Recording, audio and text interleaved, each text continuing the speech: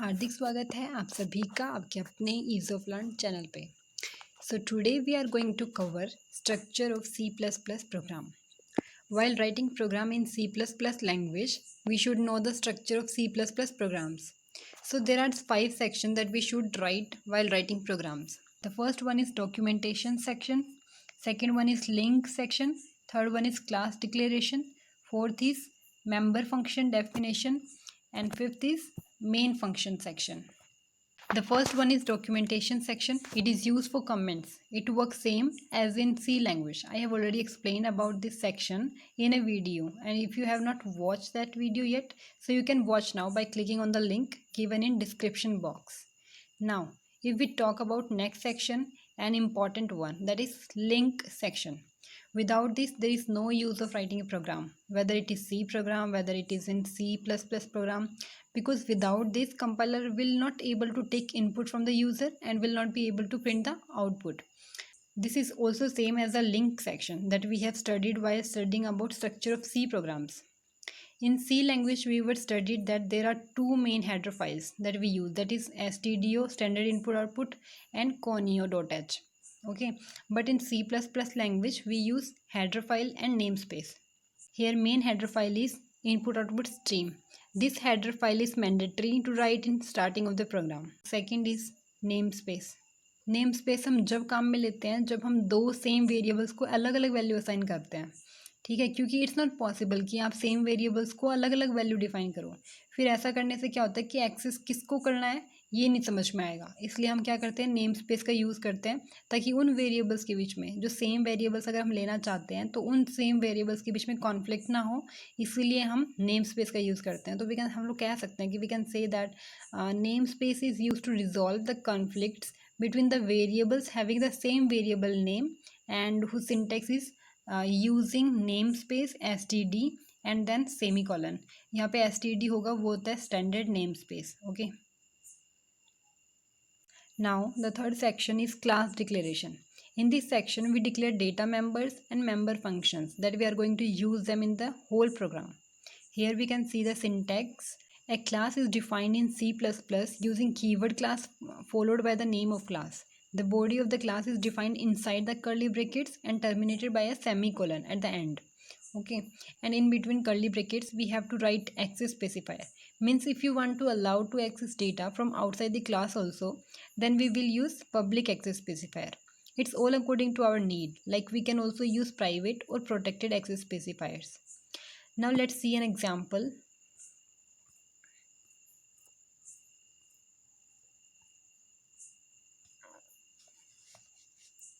अब यहाँ मैंने क्लास को डिक्लेयर किया। सबसे पहले हम लोग लिखेंगे क्लास कीवर्ड, फिर कोई भी नेम रिलेटेड होना चाहिए हमारे प्रोग्राम से।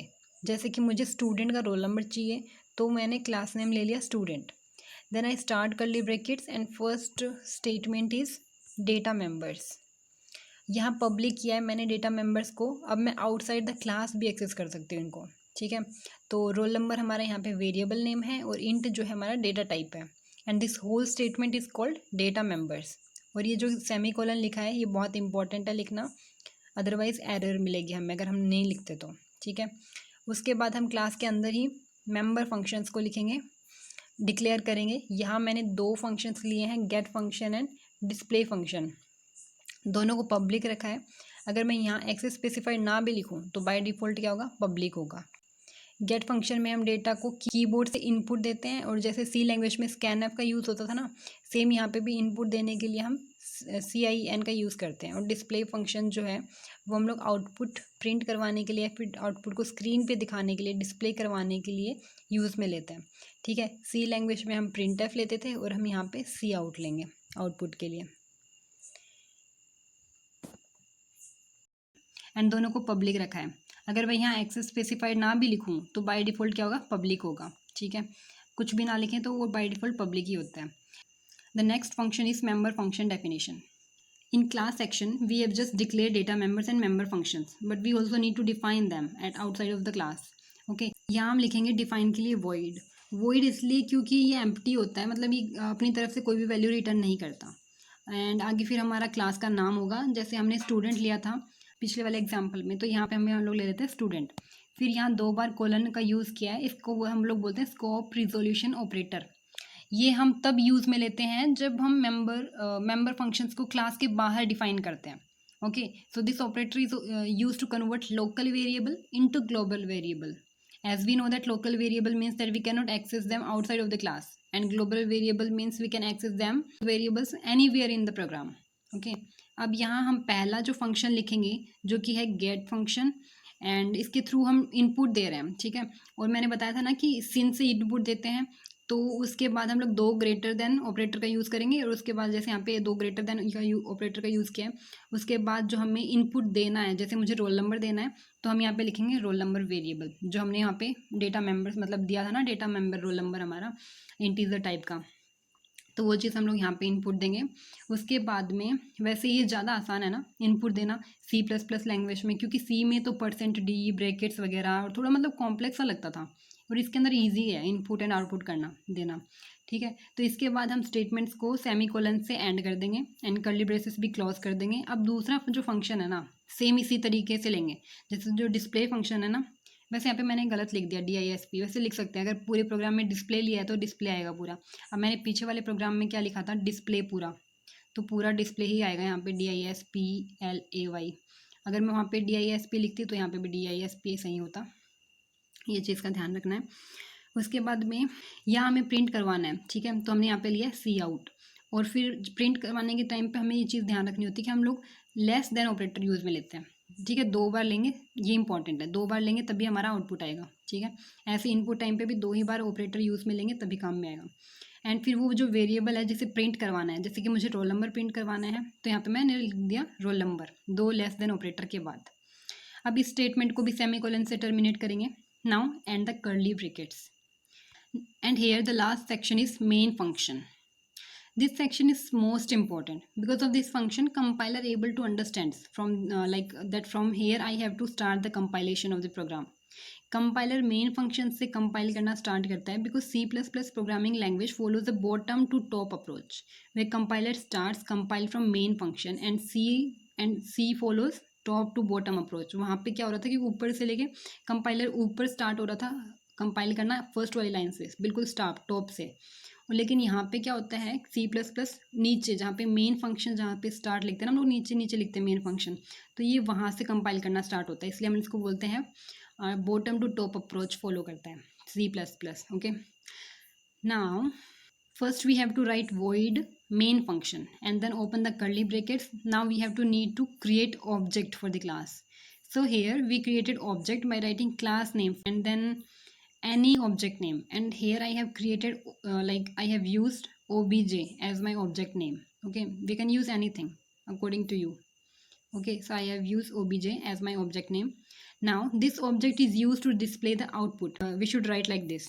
First we have to write now object name and then dot operator, फिर फंक्शन का नेम, पहले इनपुट लेना है यूज़र से इसलिए गेट फंक्शन, और फिर आउटपुट देना है इसलिए डिस्प्ले फंक्शन। ओके, अब यहाँ पे जो डॉट ऑपरेटर है ये क्या कर रहा है, ये हमें जो गेट फंक्शन है ना उसके अंदर जो भी लिखा था हमने प्रीवियस में देखा था ना हमने, उस स्टेटमेंट पे पहुँच जाएगा, गेट फंक्शन पे चला जाएगा, जो ये उस पे पहुँच जाएगा जहाँ पे हमने गेट फंक्शन को डिस्प्ले करा था, उसके अंदर जो भी चीज़ें लिखी हुई थी ना, हमने वहाँ पे रोल नंबर को इनपुट दिया था, तो ये वहाँ पे चला जाएगा।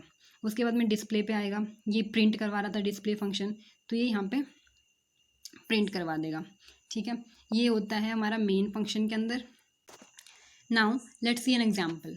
The first section is documentation section in which I have given single line comments. This section is not compulsory, but ये हमारा काम आसान कर देता है। मतलब अगर हम कमेंट सेक्शन में लिख दें कि हमारा प्रोग्राम लिखने का पर्पस क्या है, तो हमें पूरा प्रोग्राम पढ़ने की ज़रूरत नहीं होती, बस कंपाइलर उसको मतलब कंपाइलर तो वैसे भी उसको इग्नोर करता है, लेकिन हमें जब प्रोग्राम पढ़ते हैं तो हमें समझ में आ जाता है कि प्रोग्राम क्यों लिखा गया है। कमेंट सेक्शन में हम लोग लिख सकते हैं इसको। नेक्स्ट सेक्शन जो है हमारा लिंक सेक्शन है। अब यहाँ पे IO स्ट्रीम जो दे रखा है वो कंपलसरी है, विदाउट इसके इनपुट आउटपुट नहीं दे सकते हम। बाकी अगर हम प्रोग्राम में स्क्वायर रूट निकालना हो या नेचुरल लॉगरिथम निकालना हो, मतलब लॉग निकालना हो, और तो हम लोग क्या करते हैं सी मैथ लाइब्रेरी भी लेते हैं। अब एग्जांपल में सिर्फ मैंने 2 वेरिएबल की वैल्यू देनी है, मुझे प्रिंट करवाना है बस उन दोनों को, बाकी मुझे कुछ स्क्वायर रूट वगैरह कुछ मैथ के ऑपरेशंस परफॉर्म नहीं करवाने, इसलिए मैंने सी मैथ वाली हेडर फाइल भी नहीं लिया, ठीक है। लेकिन इनपुट आउटपुट अगर देना है तो हम लोग IO स्ट्रीम ज़रूर लेते हैं, उसके बिना कुछ नहीं होता प्रोग्राम में, ठीक है। तो input output stream header file का काम में इसीलिए लेते हैं। And next section is class declaration. First we have to create class by writing class keyword followed by the class name. So I took sample as my class name. You can take anything that is related to your program. Okay, now in this class we have to declare data members and member functions. I have declared two variables a and b of integer data type. यहाँ मैंने कोई भी access specified नहीं लिखा है, it means by default public ही होगा. अब इन दोनों वेरिएबल्स को हम पूरे प्रोग्राम में कहीं भी यूज़ कर सकते हैं क्योंकि ये पब्लिक है. ठीक है. अब ये वेरिएबल्स वाले जो स्टेटमेंट को जो दिया है ना हमने यहाँ पे वेरिएबल्स जहाँ पे ए और बी लिखा है, इस वाले पूरे स्टेटमेंट को जहाँ पे हम लोग वेरिएबल्स लेते हैं इसको कहते हैं डेटा मेंबर्स. अब ये डेटा मेंबर्स हमने यहाँ पे डिक्लेयर कर दिया. अब मेंबर फंक्शंस को डिक्लेयर करेंगे जिनके थ्रू हम लोग डेटा इनपुट करवाएंगे एंड डेटा को प्रिंट भी करवाएंगे. ठीक है. तो गेट फंक्शन मैंने यहाँ पे लिया है इनपुट के लिए और डिस्प्ले फंक्शन लिया मैंने आउटपुट के लिए. ये सिर्फ हमने यहाँ पे डिक्लेयर करे हैं मेंबर फंक्शंस को. इन्हें मेंबर फंक्शंस कहा जाता है. ये हमारे क्लास हमने क्लोज कर दी. यहाँ पे जैसे ही टर्मिनेट मतलब सेमीकोलन लगाएंगे मतलब क्लास वहीं ख़त्म हो रही है. ठीक है. Now next we have to define member functions. या मैंने स्कोप रिजोल्यूशन ऑपरेटर का यूज़ लिया है क्योंकि क्लास के बाहर डिफाइन कर रहे हैं फंक्शंस को और इनपुट देना है तो CIN से करेंगे. CIN से A एंड B को इस तरीके से इनपुट लेंगे लाइक ग्रेटर देन जो दो हम लोग लेते हैं ना ग्रेटर देन ऑपरेटर वो दो यूज़ करके मतलब इस तरीके से जैसे मैंने लिखा हुआ है ना यहाँ पे इस तरीके से हम लोग यहाँ पे इनपुट देंगे. एंड डिस्प्ले कराने के लिए फिर से हम स्कोप रिजोल्यूशन ऑपरेटर ये जो 2 बार कॉलन लगाए इसको हमने बताया था ना कि स्कोप रिजोल्यूशन ऑपरेटर कहते हैं तो इसको यूज़ करेंगे हम लोग. फिर डिस्प्ले फंक्शन लेंगे. ठीक है. अब प्रिंट कराना है आउटपुट को तो हम लोग लेंगे Cout and less than operator and variables जिन्हें प्रिंट करवाना है जैसे A और B को प्रिंट करवाना है तो मैंने यहाँ पे ले लिया A and B. This is all about member function definition section and next is main function section. सारा खेल यहीं से शुरू होता है C++ प्रोग्राम्स में. कंपाइलेशन एग्जीक्यूशन सब मेन फंक्शन से स्टार्ट होता है. ठीक है. C++ में C में तो ऊपर से होता है टॉप चलता है ना लेकिन ये बॉटम टू टॉप अप्रोच है तो यहाँ पे मेन फंक्शन से सब स्टार्ट होता है. इसके अंदर हम सबसे पहले तो ऑब्जेक्ट क्रिएट करते हैं. कैसे क्रिएट करते हैं ये सारी चीज़ें मैंने अभी थोड़ी देर पहले ही बताई थी जब हम लोग हर एक सेक्शन को पढ़ रहे थे उस टाइम पे. ठीक है. एंड ये डॉट ऑपरेटर क्यों लिया है ये सब हम लोग अभी भी पढ़ चुके हैं क्योंकि हमें डेटा को एक्सेस करवाना है. ये उस वाले फंक्शंस पे चला जाएगा मेंबर फंक्शन जहाँ पे हमने डिफाइन करें. ठीक है. नाउ इसका आउटपुट आएगा A एंड B की वैल्यू. जैसे कि सबसे पहले तो आउटपुट स्क्रीन पे हम लोगों को ऐसे आ जाएगा. आउटपुट स्क्रीन ब्लैंक आएगी क्योंकि यहाँ पे मैंने कुछ वैल्यू नहीं लिखा सिर्फ मैंने ब्लैंक ही तो दिया है. अब A और B हम लोगों को इनपुट देना है तो अगर मैं जैसे इनपुट देती हूँ 2 और 3 तो ये हमारा जब हम लोग दोबारा एग्जीक्यूट कराएंगे ना रन करवाएंगे तो हमारा आउटपुट आ जाएगा 2 and 3. So that's all about structure of C++ programs. Thank you for watching.